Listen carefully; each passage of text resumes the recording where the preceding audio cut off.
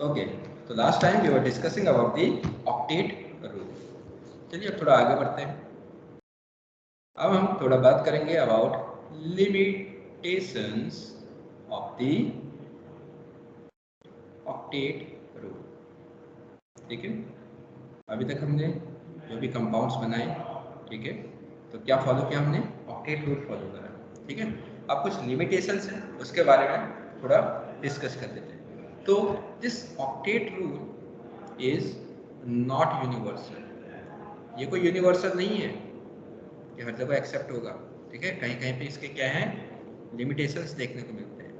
तो अगर मैं ऑक्टेट रूल की बात करूं तो हम लिख सकते हैं applies or it is mainly applied to the second period elements। तो जनरली ये जो है ऑक्टेट रूल, ये आप देखोगे जो सेकंड पीरियड के एलिमेंट्स हैं उन्हीं में ये आपका अप्लाई होते हुए दिखता है। लेकिन और जगह क्या आ रही है, इसकी लिमिटेशंस आ रही है, ये वायलेट हो रहा है। तो यहाँ पे आपको 3 एक्सेप्शंस देखने को मिलेंगे। 3 exceptions to the octet rule. चलिए, तो सबसे पहले वाले एक्सेप्शन की बात कर लेते हैं, that is incomplete octet of the central atom. अच्छा, हम लोग किस एटम को सेंट्रल एटम बनाते हैं? जो आपका लीस्ट क्या होता है, इलेक्ट्रोनेगेटिव होता है। ठीक है, अच्छा, हाइड्रोजन जो होगा वो हमेशा टर्मिनल पोजीशन से ऑक्यूपाई करेगा। ठीक है, चलिए, तो जो सेंट्रल एटम है उसका ऑक्टेट क्या है, इनकम्प्लीट है, और तब भी आपका क्या है, कंपाउंड बन रहा है। ठीक है, तो यहाँ पे हम क्या लिख सकते हैं कि इन सम कंपाउंड्स, कुछ कंपाउंड्स में जो नंबर होते हैं of electrons surrounding the central atom, so number of atoms surrounding the central atom that is less than 8, मतलब less than 8 होता है। ठीक है, चलिए, so this is first exception to the octet rule. तो इसमें अगर मैं एग्जांपल लूं, जैसे LiCl, अब ये कंपाउंड हमारा बनता है। अगर मैं आपसे बात करूं, ओके, यहाँ पे देखते हैं क्या हो रहा है। आपको देखने को मिलेगा Li है और यहाँ पे Cl है, और आप लोग जानते ही हो कि जो Li है उसमें कितने इलेक्ट्रॉन्स होते हैं? 3। ठीक है, लेकिन वैलेंस इलेक्ट्रॉन कितने होते हैं? वैलेंस इलेक्ट्रॉन आपके 1 होते हैं। This is 1 valence electron of Li। और Cl में कितने होते हैं? 7 वैलेंस इलेक्ट्रॉन होते हैं। तो 1 2 3 4 5 6, और एक यहाँ पे कहाँ पे आ जाएगा? इधर पे शेयरिंग में आ जाएगा। और अब आप यहाँ पे देख रहे हैं, यहाँ पे ये इस तरीके का बनेगा, यहाँ पे ये Cl का इस तरीके से आपका ऑक्टेट कंप्लीट होगा। तो Cl का तो ऑक्टेट कंप्लीट हो गया, लेकिन लिथियम का ऑक्टेट कंप्लीट नहीं हुआ है। लिथियम में कितने हैं?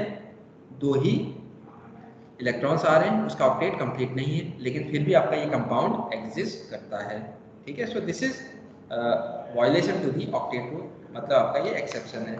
अच्छा, अगर मैं BeH2 की बात करूँगा, तो BeH2 में भी आपको यही चीज़ देखने को मिलेगी। यहाँ पे सेंट्रल एटम का जो ऑक्टेट है वो कंप्लीट नहीं मिलेगा। जैसे हाइड्रोजन तो आपको पता ही है क्या करना होगा, एक ही एटम है, यहाँ भी इसका एक ही एटम है।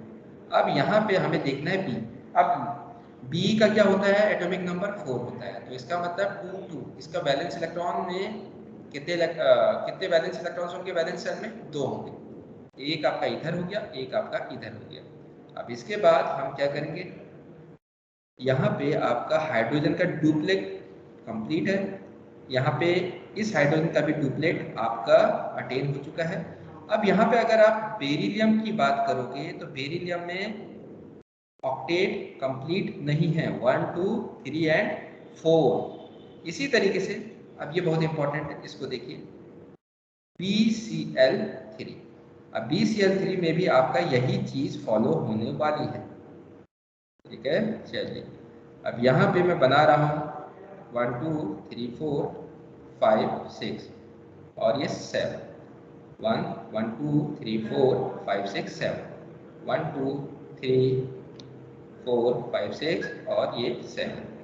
अब हाइड्रोजन का बोरोन का देखो तो बोरोन का एटॉमिक नंबर होता है 5, यानी कि 2,3। तो वैलेंस शेल में 3 इलेक्ट्रॉन्स होंगे, तो 1 2 3 बना लिया मैंने। अब ये 3 वैलेंस इलेक्ट्रॉन्स ही क्या होंगे, पार्टिसिपेट करेंगे बॉन्डिंग में। तो यहाँ पे आप देख रहे हो इसका तो आपका क्या कंप्लीट हो गया है, ऑक्टेट। इस क्लोरीन एटम का भी क्या कंप्लीट हो गया है, ऑक्टेट। और इस क्लोरीन एटम का भी क्या कंप्लीट हो गया है, ऑक्टेट कंप्लीट हो गया। लेकिन जब आप देखोगे इसको बोरोन का, तो बोरोन का आपका ऑक्टेट कंप्लीट नहीं हो पाया है। 1 2 3 4 5 6 यानी कि 2 इलेक्ट्रॉन अभी भी रिमेनिंग है। तो दिस इज अ कंप्लीट, है ना, violation to the octet rule. और फिर भी आपका क्या बन रहा है, कंपाउंड आपका बन रहा है। अच्छा, अगर मैं और एग्जांपल्स की बात करूं तो और एग्जांपल्स में आपका आ सकता है जैसे AlCl3, और एक और एग्जांपल भी हो सकता है BF3। ये भी आपके इसी कैटेगरी के एग्जांपल्स हैं, जिसमें आपका सराउंडिंग जो इलेक्ट्रॉन्स होंगे सेंट्रल एटम को जो सराउंड कर रहे होंगे वो लेस देन 8 ही आपको मिलेंगे। So this is your first exception to the octet rule. अब हम दूसरे एक्सेप्शन की तरफ बढ़ते हैं, which is odd electron molecules. चलिए ऑड इलेक्ट्रॉन मॉलिक्यूल्स की तरफ हम बढ़ते हैं। अब यहाँ पे मैं अगर एक एग्जांपल लूँ NO का, और एक और मैं एग्जांपल ले रहा हूँ NO2 का। चलिए अब इसको बनाते हैं। अब आपको पता है this is N and this is O, ठीक है, ओके। अब अगर हम इसको बनाएंगे तो कैसे बनाएंगे, देखिए यहाँ पे आपके 5 वैलेंस इलेक्ट्रॉन होते हैं और यहाँ पे आपके 6 होते हैं। तो टोटल आपको पता ही 6 होते हैं, 5 + 6 8 11। तो आप देख रहे हो इस मॉलिक्यूल में odd electron number of electrons है। 6 + 5 कितना हो जाएगा, दैट इज 11। सिमिलरली आप यहाँ देखोगे ये 5 हो गया, प्लस यहाँ पे क्या हो गया 6 × 2, और ये आ जाएगा आपका 5 + 12 दैट इज 17। तो ऑड इलेक्ट्रॉन मॉलिक्यूल्स ये कहलाते हैं। अब इसमें देख लेते हैं क्या करेंगे। देखो एक बॉन्ड तो आप पहले ही बना दो। अब मैं लुईस डॉट स्ट्रक्चर बना रहा हूँ। अब यहाँ पे अब हम इसको क्या करेंगे, एक बॉन्ड हमने बना दिया सिंगल, तो यानी कि 11 में से 2 इलेक्ट्रॉन्स कम कर दिए। अब 9 इलेक्ट्रॉन्स को हम यहाँ पे क्या करेंगे, डिस्ट्रीब्यूट करेंगे। तो यहाँ पे 1 2, अब सेंट्रल एटम कौन सा है, N है कि O है, सेंट्रल एटम N है। तो पहले हम इनको फिल कर देते हैं। 1 2 3 4 5 6 7 8 ऑक्टेट कंप्लीट। और हमने कितने यूज कर लिए, 6 यूज कर लिए। तो 9 में से 6 यूज कर लिया, बचे 3। तो हम 3 को क्या करेंगे, इसको दे देंगे 1 2 एंड 3। तो आपको क्या देखने को मिल रहा है यहाँ पे कि इसका तो ऑक्टेट कंप्लीट है, लेकिन इसका बताइए 1 2 3 4 5 5 ही इलेक्ट्रॉन है, तो इसका ऑक्टेट कंप्लीट नहीं है, ठीक है। तो यानी कि ये क्या कर रहा है, वायलेट कर रहा है, या फिर ये आपका एक एक्सेप्शन है टू द ऑक्टेट रूल, ठीक है। चलिए अब एक और एग्जांपल देख लेते हैं इसी कैटेगरी में जो हमने लिखा है N। स्केलेटल डायग्राम बना लेते हैं, स्ट्रक्चर कुछ इस तरीके से बना लेते हैं। सेंट्रल एटम आपका डिसाइड हो चुका है N, क्योंकि ये लीस्ट इलेक्ट्रोनेगेटिव है अमंग N एंड O। अच्छा, अब यहाँ पे हम करेंगे क्या, सबसे पहले एक बॉन्ड बना लेंगे और एक बॉन्ड हम यहाँ भी बना लेंगे। अब इसके बाद हम करेंगे क्या, टोटल है 17 इलेक्ट्रॉन्स, तो 2 बॉन्ड बन चुके हैं सिंगल। तो इसका मतलब 2 4 जा 2 2 जा 4 इलेक्ट्रॉन्स आप काम कर दीजिए, दैट इज 13 इलेक्ट्रॉन। अब आपको 13 इलेक्ट्रॉन्स को क्या करना है, यहाँ पे डिस्ट्रीब्यूट करना है। तो 1 2 3 4 5 6 ऑक्टेट कंप्लीट, 7 8 9 10 11 12, और हमारा क्या था 17 में से 4 घटाया 13, यानी कि एक इलेक्ट्रॉन अभी भी बचा। अब वो इलेक्ट्रॉन हमारा कहाँ जाएगा, 6 और 6 12, एक बचा, तो दैट इज 13, वो आपका यहाँ जाएगा, ठीक है। अब यहाँ पे आप थोड़ा देखिए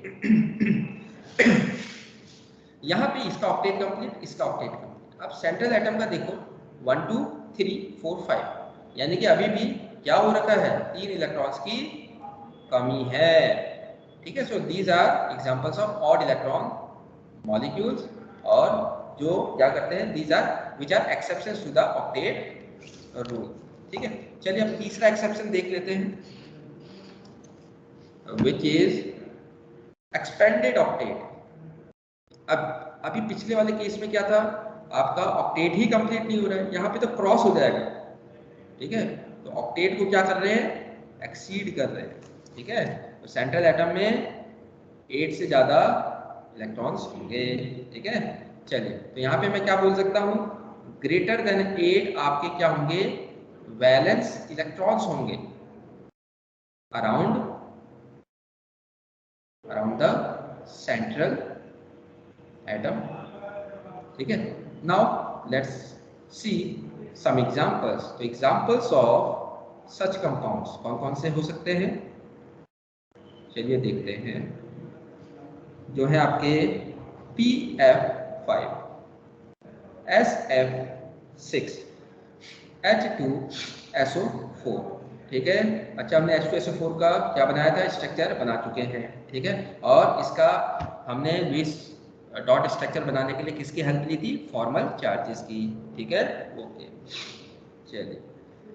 और PF5, SF6, H2SO4 and number of coordination compound. अब ये कोऑर्डिनेशन कंपाउंड्स हैं, ये आप पढ़ेंगे क्लास 12th में जाके। ठीक है, तो अभी इसको हम छोड़ देते हैं, अभी हम इन पे फोकस करते हैं। चलिए, तो सबसे पहले हम P का देखते हैं, PF5 का। तो इसका स्केलेटल स्ट्रक्चर बना लेते हैं, ये F, ये F, ये F, ये F और एक ये F हो गया।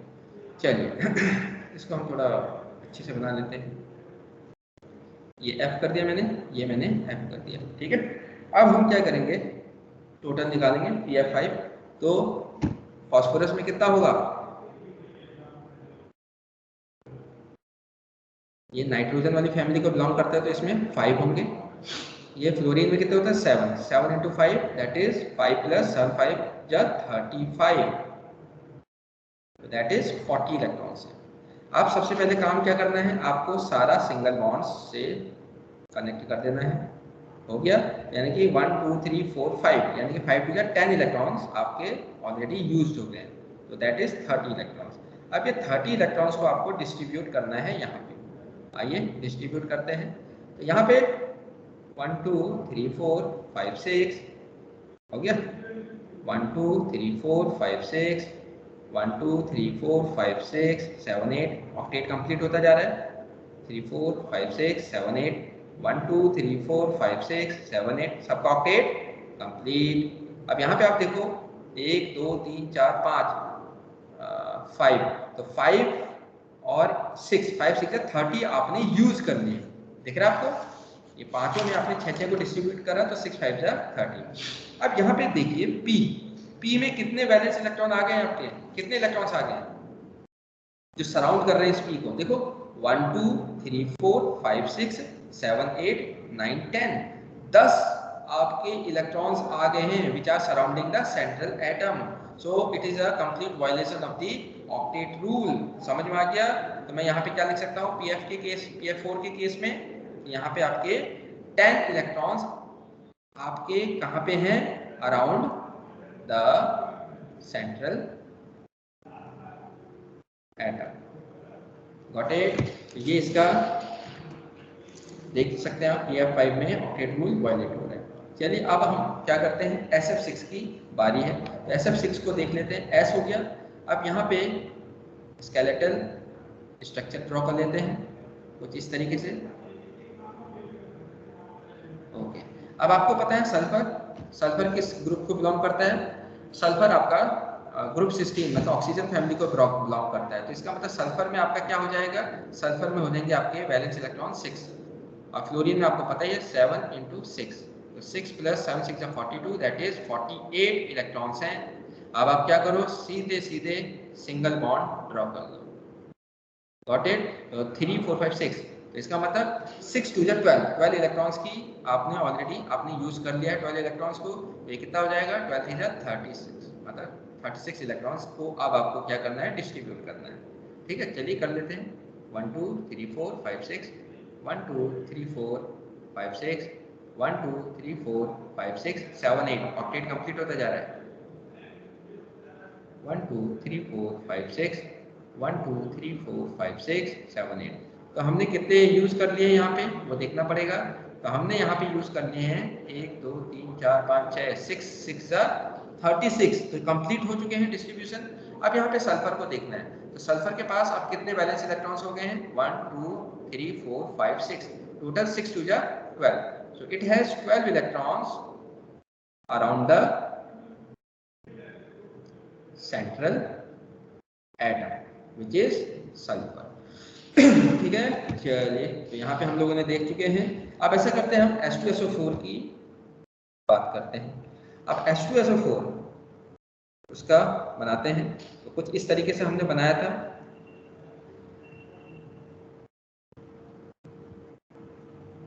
ठीक है, तो इस तरीके का कुछ था डायग्राम, प्रीवियसली हम लोग पढ़ चुके हैं। ओके, और यहाँ पे क्या था, यहाँ पे आपके 2 हैं, यहाँ पे आपके 2 लोन पेयर, यहाँ पे भी 2 लोन पेयर, यहाँ पे भी आपके 2 लोन पेयर थे, और यहाँ पे भी आपके 2 लोन पेयर थे। ठीक है, और अब आप यहाँ पे देखेंगे तो क्या पाओगे, आप ये पाओगे सल्फर, इसका ऑक्टेट कंप्लीट, इसका डुप्लेट कंप्लीट, और सबका ऑक्टेट कंप्लीट। पर सल्फर को देखो 1 2 3 4 5 6, तो टोटल 6 2 12 इलेक्ट्रॉन्स आपको देखने को मिल रहे हैं अराउंड द सेंट्रल एटम। ठीक है, so this is your third exception to the octet rule. चलिए अब इसके बाद आगे बढ़ते हैं। अब देखिए, अभी सल्फर का आपने क्या देखा कि वो ऑक्टेट रूल को फॉलो नहीं कर रहा है, लेकिन कुछ कंपाउंड्स में ऑक्टेट रूल को फॉलो करता है। जैसे सल्फर जो है, it also forms many compounds in which octet rule is obey, जहां पे ऑक्टेट रूल को ओबे किया जाता है, जैसे सल्फर डाइक्लोराइड। चलिए इसका स्केलेटल डायग्राम बना लेते हैं। एस इस तरीके से रख लिया। अब सल्फर और क्लोरीन में बॉन्ड लीस्ट इलेक्ट्रोनेगेटिव है सल्फर, तो this will become your central atom. चलिए अब सबसे पहले हम क्या काम करेंगे, एक सिंगल बॉन्ड से इनको कनेक्ट कर लेते हैं। अब हम क्या करने वाले हैं, सबसे पहले तो हम देखेंगे सल्फर मतलब 6 प्लस क्लोरीन में कितने वैलेंस इलेक्ट्रॉन होंगे, 7 × 2 that is 6 + 14 that is 20 electrons. अब 4 तो आपने यूज कर लिए, तो इसका मतलब 16 इलेक्ट्रॉन्स को अब आपको क्या करना है, डिस्ट्रीब्यूट करना है। चलिए तो देखिए 1 2 3 4 5 6 7 8 9 10 11 12 हो गया। अब 4 और बचे, तो 4 यहाँ पे जाएंगे। तो आप देख रहे हो इसका ऑक्टेट कंप्लीट, इसका ऑक्टेट कंप्लीट, और सल्फर का 1 2 3 4 5 6 7 8 ऑक्टेट कंप्लीट हो गया। तो यहाँ पे ये ऑक्टेट रूल को क्या कर रहा है, ठीक है। So these were the limitations of the octet rule. ठीक है, तो याद रखना ऑक्टेट रूल आपका यूनिवर्सल नहीं है। चलिए अब हम ऐसा करते हैं, let's discuss about other drawbacks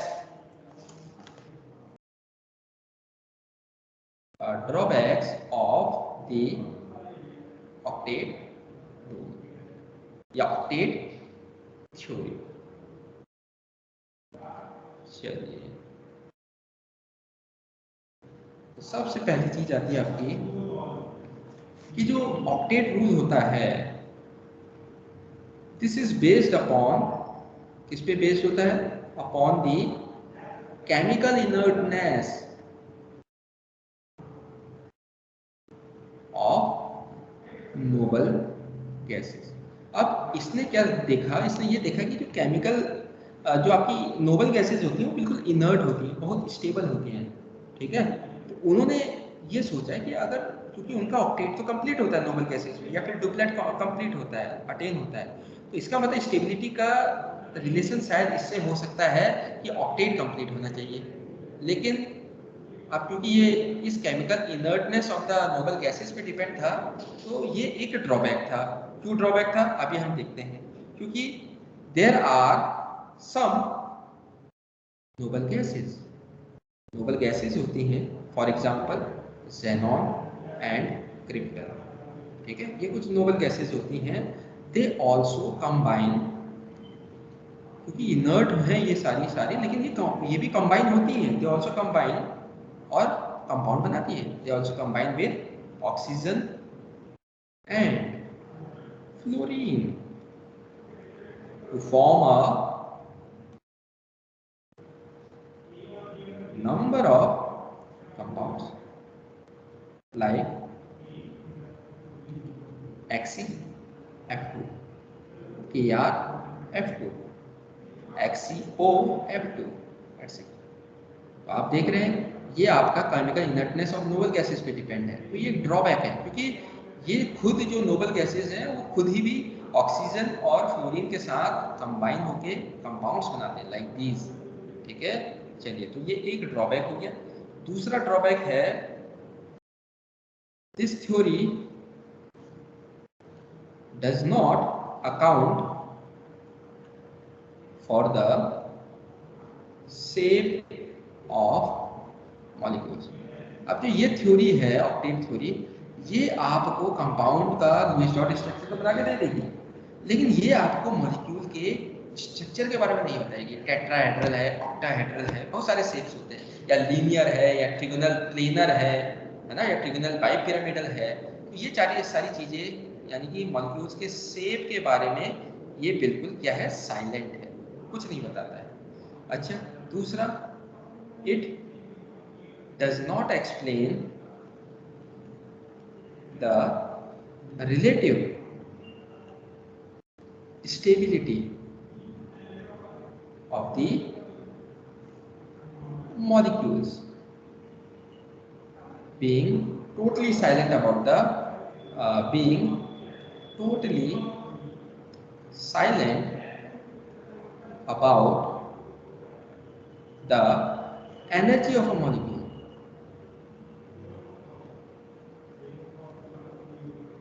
अब ये थ्योरी में क्या है, it does not explain the relative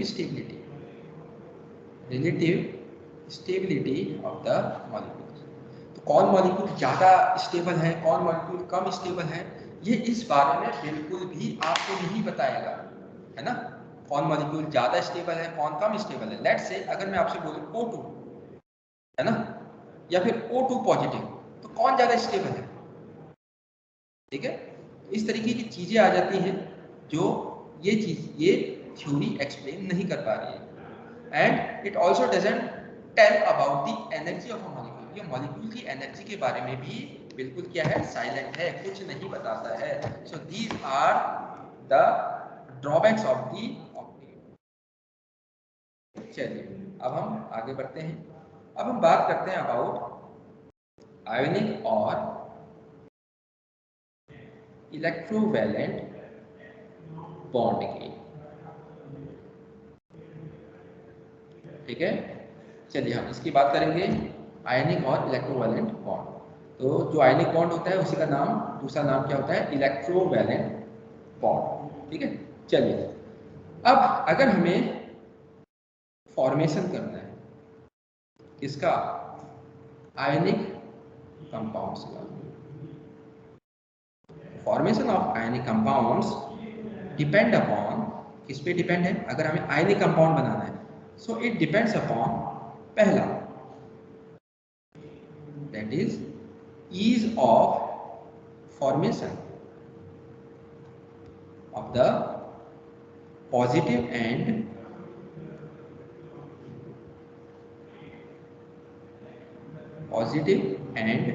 negative ions.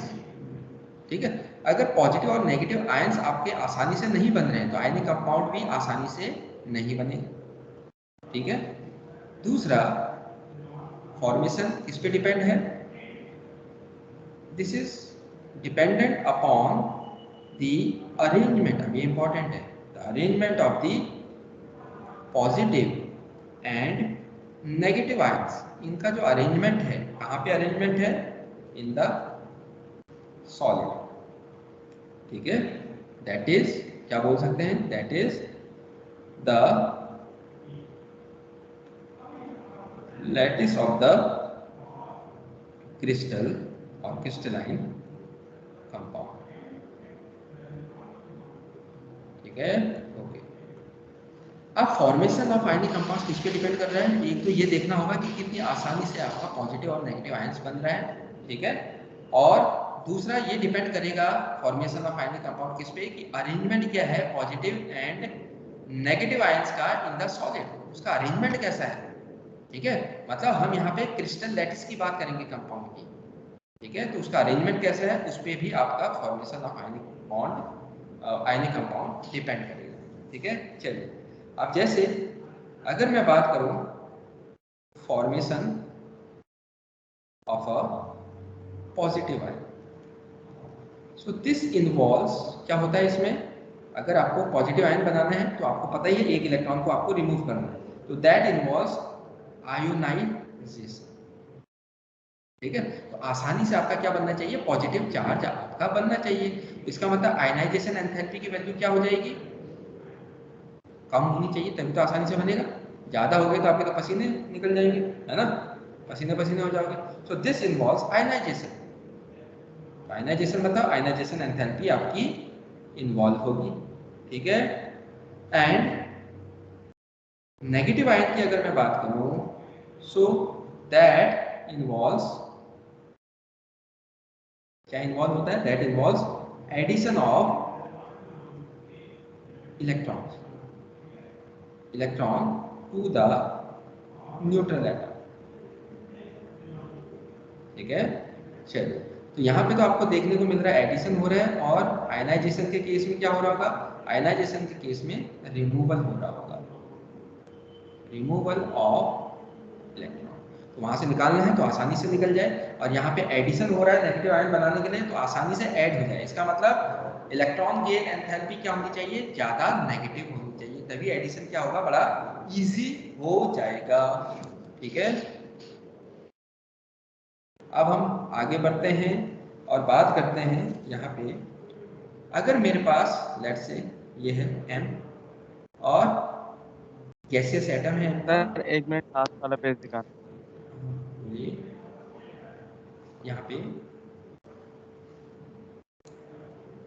इसमें जस्ट आयनाइजेशन था और एडिशन था, ठीक है।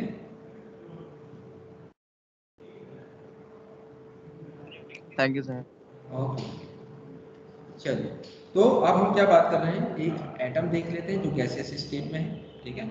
अब इसमें से एक में क्या करूंगा, इलेक्ट्रॉन, यहाँ पे मतलब मैं किसकी बात कर रहा हूँ, आयनाइजेशन एंथैल्पी। अब X गैसियस है, कोई हाइड्रोजन एटम मान के कोई भी, और इससे मैं क्या कर रहा हूँ, एक इलेक्ट्रॉन को ऐड कर रहा हूँ। ऐड कर रहा हूँ तो मतलब यहाँ पे प्लस आ जाना चाहिए, दैट इज प्लस इलेक्ट्रॉन, और आपका क्या बनेगा, एक एनायन बनेगा। और यहाँ पे मैं किसकी बात करूंगा, इलेक्ट्रॉन गेन एंथैल्पी की, ठीक है, ओके। नाउ अब होगा क्या, आपका एक आयन बन गया और एक दोनों आयन बने, एक कैटायन है और एक एनायन है। अब यहाँ पे क्या होगा, क्योंकि दोनों अपोजिट चार्ज हैं, M पॉजिटिव और X नेगेटिव क्या होंगे, एक दूसरे के पास आएंगे और पास आके क्या बनाएंगे, एक कंपाउंड बनाएंगे NH, जो कि आयनिक कंपाउंड जनरली क्या होते हैं, सॉलिड, इसलिए मैंने S से रिप्रेजेंट किया है। ये इस तरीके का आपका क्या है, फॉर्मेशन हो रहा है।